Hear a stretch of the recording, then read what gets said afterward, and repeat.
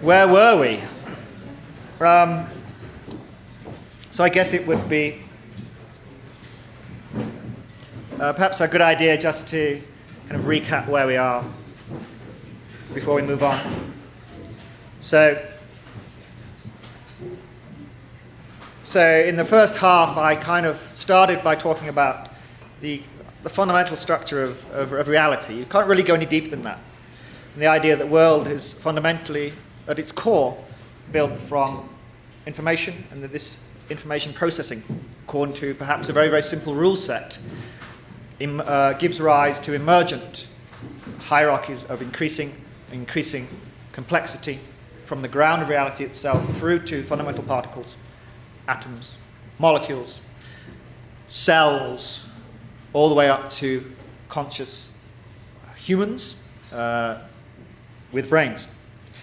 But that we mustn't lose sight of the fact, no matter how complex the world might appear, no matter how complex we might appear, that it's fundamentally, it's all information processing.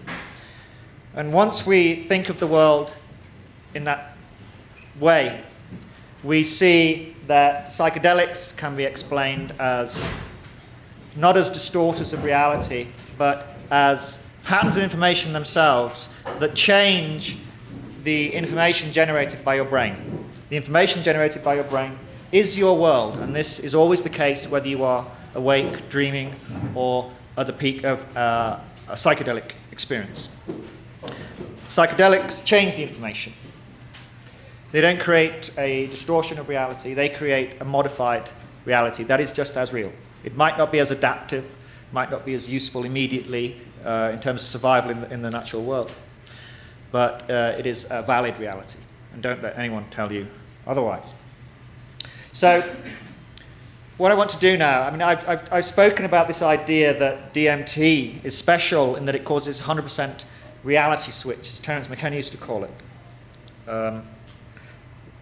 And this idea that when DMT enters the brain, DMT changes the information of the brain such that the brain can no longer receive information from this reality, but receives information from an alternate reality, which we all, those of us that have used DMT, experience as the DMT space, this highly complex world replete with extremely intelligent creatures. But I haven't really spoken about the nature of this reality and why DMT might afford access, gate access to this reality specifically. So the first 15 minutes of this second part, before I go on to the extended DMT stuff that I did with Rick Strassman, I want to get into actually thinking about what it means, how DMT can actually allow you to access an alternate reality. This, I will warn you, this I wrestled with myself about whether or not to include this, because it's a little bit trickier. You have to really think a little bit. But you're all very, very smart people so far.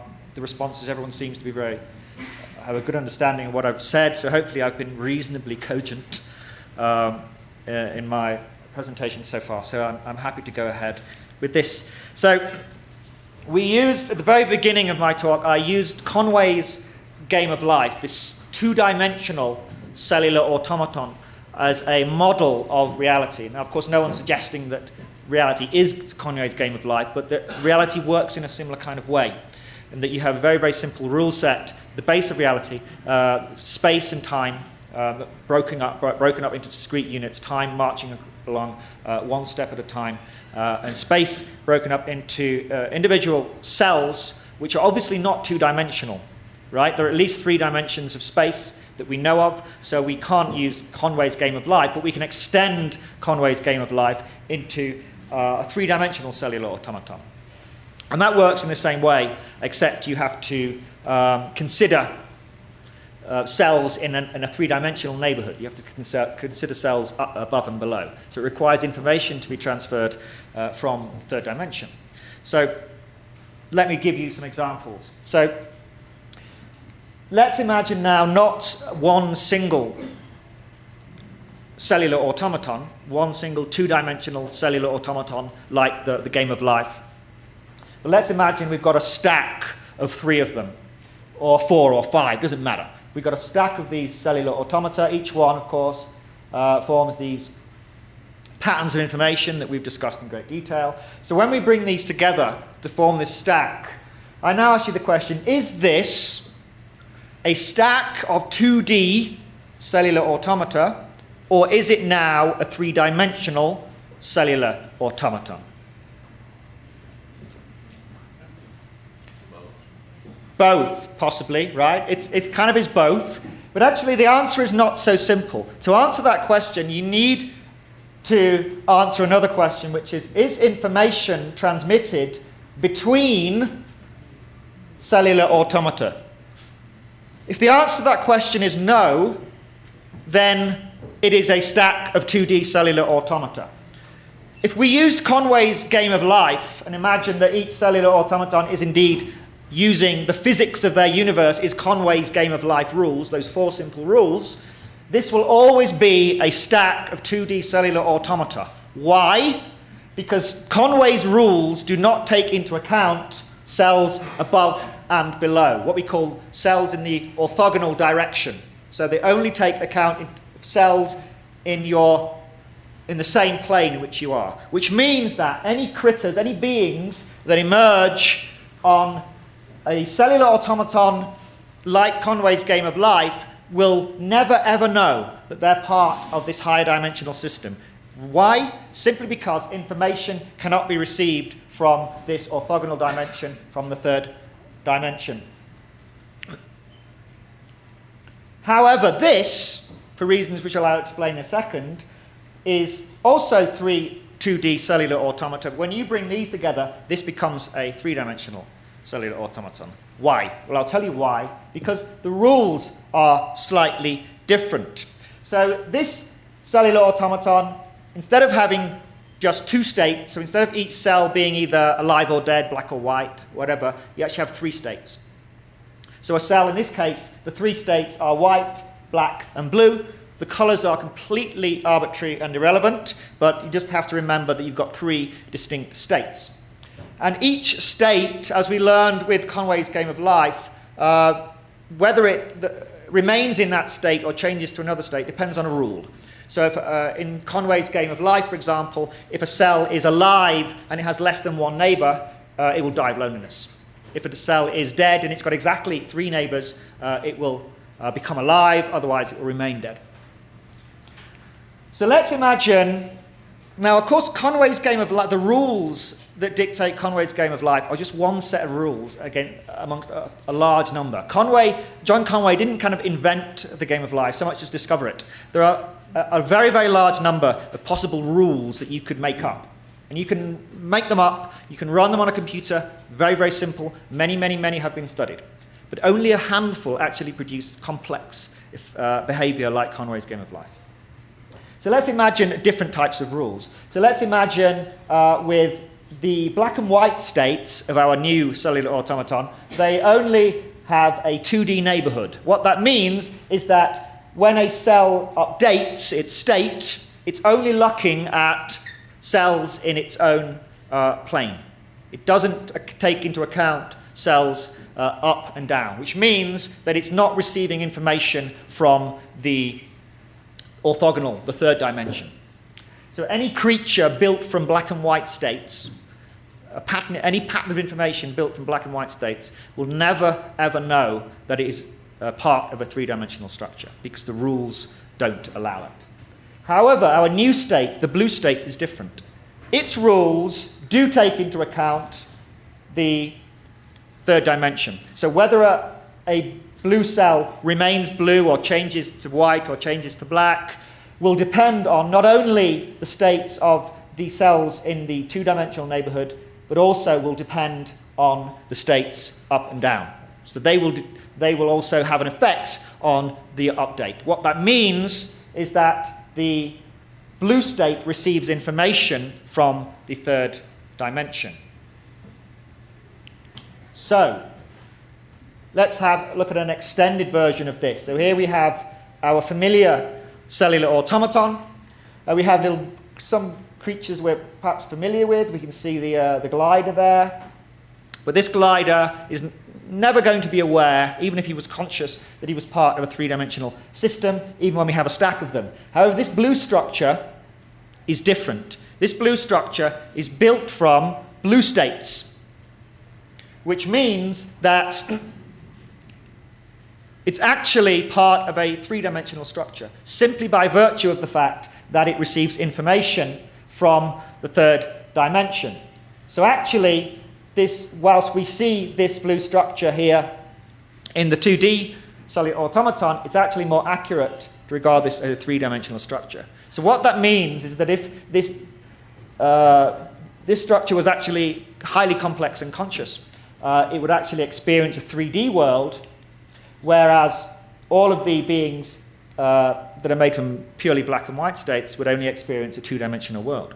Now, what's interesting about cellular automata is that the distribution of states, whether or not certain states are common or extremely rare, depends upon the patterns of activation that are being generated by the cellular automaton. So what that means is that certain patterns of information will mean that blue states are extremely rare, perhaps non-existent. But when you change the information, you can tweak the cellular automaton, perhaps by providing an input of information, and you can actually cause blue states to emerge. And if this happens in a brain, you change the information of the brain such that states that, if you imagine a brain that is built purely from states, not necessarily a brain, let's call it a brain complex, something that emerges on a 2D plane. If it's built purely from black and white states, it will always be within this 2D world. But if you tweak that information such that the brain information, the information the brain generates changes, it could cause the emergence of these blue states, which in our model are states that can interact with the higher dimension. So, embedded within this two-dimensional world, you can actually have three-dimensional structures. And if these are conscious, then this three-dimensional structure will experience the three-dimensional world, and all of these other structures will only experience the two-dimensional world. And this structure will perhaps say to these other structures that it entered this very, very strange reality, where it could see both sides of an object at once. It seemed to have more dimensions, more than the two dimensions. And of course, they wouldn't believe him, but it would be the case, because this being here, the same structure built purely from black cells, is a two-dimensional structure, lives in a two-dimensional world. However, by changing the information, you can cause the emergence of blue cells within the structure, which means it suddenly, and perhaps temporarily, starts experiencing an orthogonal reality. So if we extend this then to our world, we know that our brain is this extremely complex information-generating machine. When you perturb that information generation, you change and modify that information generation by DMT, for example, what it does is it causes the brain to suddenly be able to receive information from what we would call an orthogonal dimension, so beyond the normal 3 dimensions. So this is kind of to summarize. I apologize, this is quite complex and difficult to grasp. But that's just kind of the nature of the beast, I'm afraid. So we think about reality in the same way that a creature on a 2D cellular automaton would see its reality as being a purely two-dimensional reality. Actually, it's embedded. It's actually a slice, a two-dimensional slice of a higher dimensional structure. So we can think of our reality as being a lower dimensional slice, perhaps a 3-dimensional slice of a much higher dimensional structure. We might call this hyperspace. So DMT changes the information of the brain, such as information from this orthogonal dimension can be received, albeit temporarily. So what actually happens, your brain quite literally becomes a high-dimensional information processor. It's receiving information from these higher dimensions, and you literally become part of this high-dimensional reality, albeit, again, temporarily. Now, if this is true, you would expect this reality to have certain properties. Since these much higher dimensional spaces have a much greater capacity for greater complexification, as we said earlier, everything is a manifestation of the complexification of information. We should expect to see extreme complexity, hyper-intelligent entities, and apparent impossibility. You would be viewing a higher dimensional reality. You would meet higher dimensional beings of inordinate intelligence, way beyond anything that's even possible in this reality, and you would also meet impossible objects. Dennis McKenna talks about elves singing impossible objects into existence. People often describe seeing all sides of an object at once, of being tossed through hyperspace, higher dimensional objects, what often described as 8, 9 dimensional objects. This can be explained if we think about DMT's effects in this way, not just in changing the information of the brain, but changing it such that the brain actually is able to start receiving information from this orthogonal dimension, which is right here, it's right there. In the same way that in a 2D cellular automaton, the beings on this 2D automaton don't know it, but they are embedded in this bizarre three-dimensional reality. In the same way, we are literally embedded as a three-dimensional slice of this higher dimensional alien reality, and it only takes a tweak of the brain with DMT to access it. So,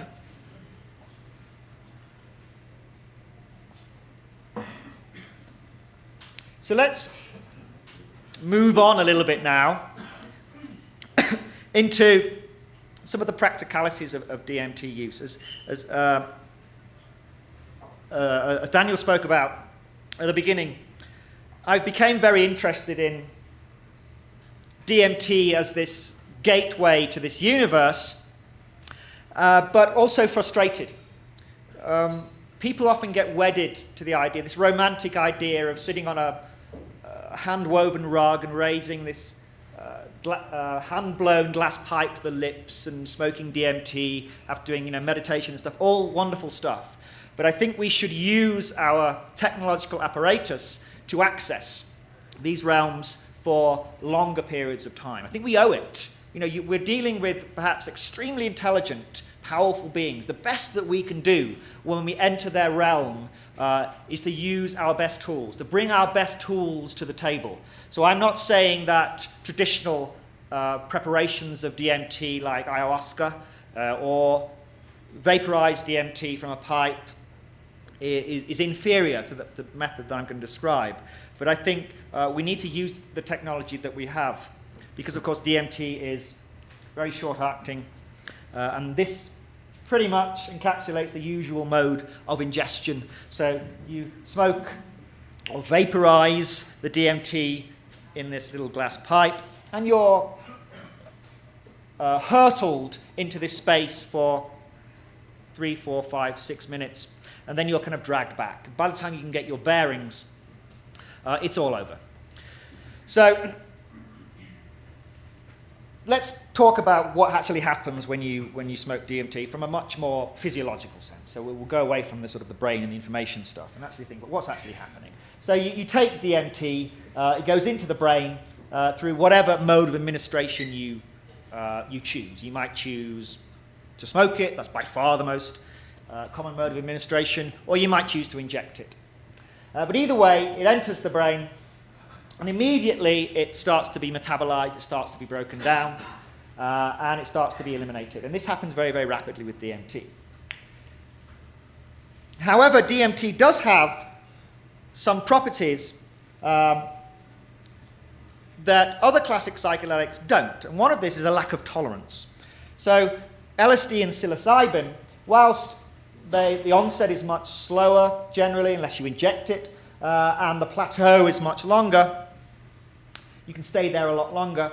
However, a second dose will generally, although this is actually disputed by recent experiments, but generally people tend to experience a much reduced effect on subsequent doses. But with DMT, Rick Strassman, when he did his study in the 90s, he actually spent some time giving people repeated doses of DMT. So he would inject them, he would observe the effect, they would fill out his hallucinogen rating score, then he would inject them again 30 minutes later, and they'd fill it out again, and et cetera, up to kind of 5 or 6 times. And he would find that actually the subjective effects would be the same each time, showing that DMT doesn't have this subjective tolerance effects of other psychedelics. So DMT is kind of special. It's extremely rapidly acting, extremely non-toxic, but it also doesn't have this tolerance effect. So this suggested to me that we could actually use the same technology that anaesthetists, anesthesiologists, I think you call them over here, use to maintain stable brain concentrations of anesthetics. You go into the theatre to have an operation, the anesthesiologist, they won't just inject you with the anesthetic, but they will give you an infusion, a constant infusion at a precisely calculated rate in order to maintain the level of anesthetic in your brain, which is, of course, where the anesthetic is acting, like DMT, at a constant level. And they can actually push you slightly deeper. They're going to, during the incision, for example, where there's a lot of pain receptors, they will push you slightly deeper into your anesthetized state. And to avoid toxicity, they can also bring you to a lower state. So it can actually regulate the amount of drug in your brain quite precisely. And there's a whole science about it, a whole kind of mathematical modeling science designed to achieve exactly this. So I thought, well, why can't we do this with DMT? There's no tolerance, it's fast acting, just like other anesthetics, so why can't we do it with DMT? So this is basically the setup for target-controlled intravenous infusion. What you have, when you inject a drug, a number of things are happening. So you inject the drug into a vein, and it immediately enters what's known as the central compartment. So this is basically your blood vessels, your large blood vessels. From the central compartment, it then travels to the all-important effect compartment. This is the brain. And this is where we want to control the level of DMT. You also have to consider, unfortunately, especially with an infusion, is that the drug also goes into small blood vessels, very small, fine blood vessels that aren't routed to the brain. We call this the second compartment. And also, particularly with long infusions, the drug can equilibrate with fatty tissue as well. And you need to take account all of these when you're designing a target-controlled intravenous infusion protocol. And you can do it mathematically. So you'll notice there are little arrows. So these show the direction, the movement of the drug. And then there are these little numbers, K1, K13. Don't worry about those. They are rates. They are numbers that define how quickly the drug moves into the third compartment, out of the third compartment, etc., the rate of elimination and basically removal from the body. And all of this is amenable to mathematical modeling. So this gave me the confidence that I could use this type of mathematical model to develop a model for DMT rather than for anesthetics. So first of all, a few checks and balances. Drugs that are suitable for target-controlled intravenous infusion that are used in anesthesiology have to have a number of properties. They have to have a rapid onset of clinical effects. You don't want drugs taking a long time to take effect. Short duration of action. Low behavioral pharmacokinetic pharmacodynamic tolerance. That basically means the drug has the same effect with repeated administration, and a favorable side effect profile. And you don't want a drug that leads to toxic side effects. Fortunately, DMT passes the test and exhibits all of these properties. So the basic idea of target-controlled infusion is that you inject the drug and it slowly, or quite rapidly in the case of DMT, enters the effect site, which is the brain, and then you hold it there with a continuous infusion, and then when you want to bring someone out of the DMT space, you simply stop the infusion and they will come back out. And the distance here, the length of time that this could be achieved for is undetermined. Hours, days, weeks. weeks, months. Obviously, when you get to longer periods of time, you have to think about other things. You need to talk about waste management, right? So things get more complicated when you get into more than a day. So that's possible. So the first thing, when I first talk about this, the response I always get is this: haven't you heard of ayahuasca? Normally people don't even read the paper in which we actually discuss ayahuasca at length, some length. But pure DMT is not ayahuasca. Ayahuasca is a mixture of drugs. DMT is certainly the most important drug in that decoction, but there are other drugs which can have a psychedelic or at least psychoactive effect as well.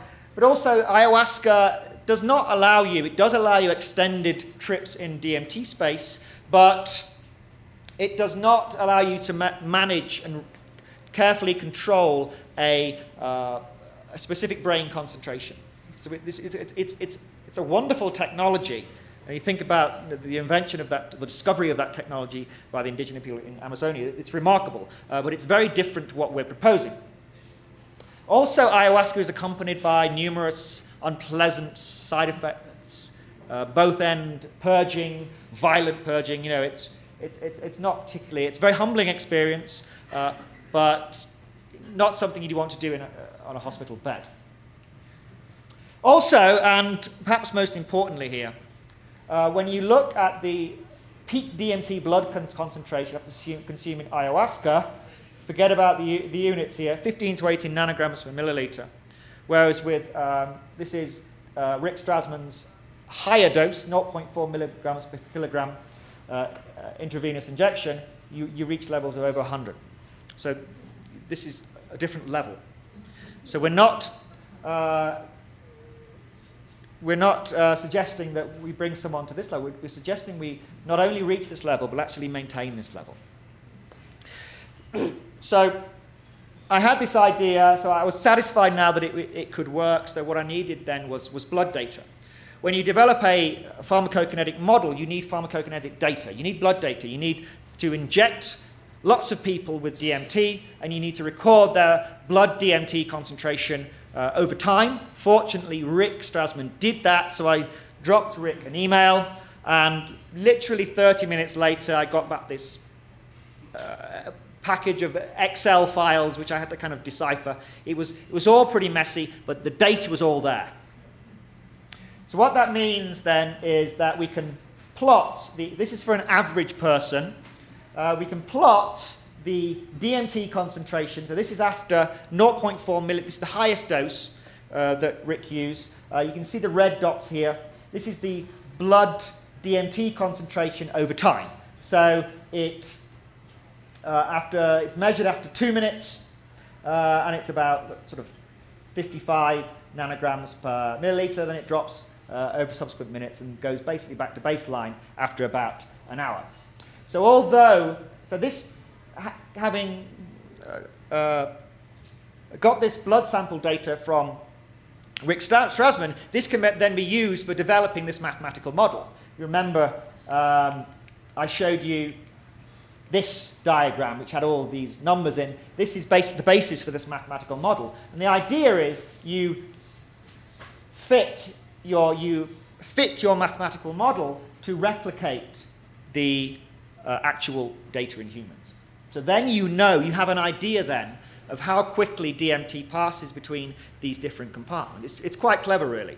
Just by measuring the blood concentration, you can, by fitting your blood data to this mathematical model, you get an idea of how quickly DMT is moving from the central compartment from the blood to the brain, for example.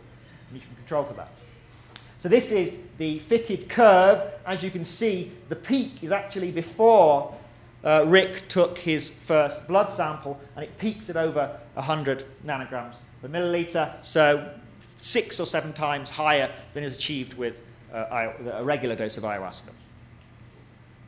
So then we can actually expand this and get probably the most clearly defined time course of a DMT trip that's been produced, I dare say, and basically records what's happening to DMT in the brain during a normal, what's called a bolus injection. So all of the DMT is injected, not all at once, but over sort of 30 seconds, so pretty quickly, which is what Rick Strassman used in the study. So you get an initial bolus of 0.4 milligrams per kilogram of DMT over about 30 seconds, and you see the DMT rises rather rapidly, and at about a minute, you seem to cross this threshold, which is about 60 nanograms per milliliter of DMT in the brain itself. And this is when the subject enters the DMT space. And they remain in that DMT space as long as the brain DMT concentration remains above 60 nanograms per milliliter. So the brain concentration continues to rise up to about 100, and it reaches a peak after about 3 minutes. This is the peak of your DMT trip after about 3 minutes. Then it begins to decline. You might not notice the decline whilst you're in that space, but you will notice when you exit the space, which is when the the brain DMT concentration again drops below this 60 nanograms per milliliter threshold, and this is when you exit the DMT space. And this pattern seems to follow what Rick saw in terms of the subjective reports, when people seem to enter the space, when they seem to exit the space. So we were kind of confident by this point that the model was reasonably accurate, and that it reasonably accurately replicated what we actually see in humans. So that allows us then to move on to developing the continuous intravenous protocol. So this was a simple bolus injection. So the simplest protocol, which we went for initially, is what's known as the bolus elimination transfer protocol. Again, the name of that is important, but it's a common mode protocol used in anesthesiology, and the idea is you give someone an initial injection of the drug, the bolus, to bring the level of DMT in the brain to the desired level. Now, as I said before, once the level peaks in the brain, it immediately starts declining. So what you want to do is to compensate for the decline by the infusion. So you bring it to the right level, and then as soon as it starts declining, you start infusing and keep it at that level. Now, you have to be very careful, of course. If you infuse too fast, the level continues to increase. Then you send someone into spaces they don't want to be. And if it's too slow, they still come out of the space, but more slowly. So getting it level is quite tricky. So this is the second phase. The initial bolus brings the DMT to the desired level. Then, so in our protocol, this was 25 milligrams of DMT infused over 30 seconds. And then you use the continuous infusion of DMT at a rate to compensate for the loss of the drug from the brain by metabolism and elimination. And in our protocol, we begin infusion at 2 minutes at a rate of 4.2 milligrams per minute. And again, the details here aren't important, it's the principle. So let's have a look what happens in the model. This has yet to be tested in humans. Is we can see the plasma concentration. So this is just the concentration in the blood that you would normally measure, and the concentration in the brain. So you get this initial spike, very high spike, DMT in the plasma, but concentration in the blood does not mean concentration in the brain. So you never reach 200 nanograms per milliliter in the brain. Actually, what happens, you can see we start the infusion here, just as it's declining, so just as the level is reaching about 110 nanograms per milliliter in the plasma, we begin the infusion, and you can actually see that the level in the effect site in the brain increases rather smoothly, so you get a nice smooth entry into the DMT space, and everyone prefers a smooth entry to a rough one. And then we begin the infusion, and it kind of levels out at around 100 nanograms per milliliter. So this person will be in a full breakthrough experience. So that's really pretty much all I've got to say about this extended state work. I think Daniel's going to talk more about actually implementing this in humans. When I kind of developed this, I didn't expect the interest that I got from it, to be honest. Well, I kind of half did. But I still receive emails from people saying, I've never done any psychedelic drugs, but can I volunteer for your protocol? I smoked grass in college, can I join your program? So I have to say that we're not recruiting at the moment. So that happened a lot. So I wasn't really expecting people to kind of pick up the mantle and say, actually, we're actually going to do this. So this is where kind of Daniel comes in. So in my opinion, when we wrote the paper, we kind of had to frame it in kind of a slightly kind of psychotherapeutic terms. So we didn't say we want to. We published in quite a mainstream academic journal. Initially, we decided we wouldn't talk about alien worlds, and that kind of thing. Meeting, establishing communication, with hyperspace, that kind of thing. So we kind of framed it in terms of therapeutic uses. And indeed, it might be true that at low doses, by maintaining someone in a sub-threshold, sub-breakthrough state, might be very, very useful for psychotherapeutic purposes. But really, for me personally, it was all about gaining access, stable, extended access to this DMT space, and perhaps establishing extended communication with intelligent beings not of this universe. And if that was ever achieved, it would be the greatest discovery in the history of mankind, I think. But anyway, I'll finish with E.E. Cummings. Listen, there's a hell of a universe next door. Let's go. Thank you very much.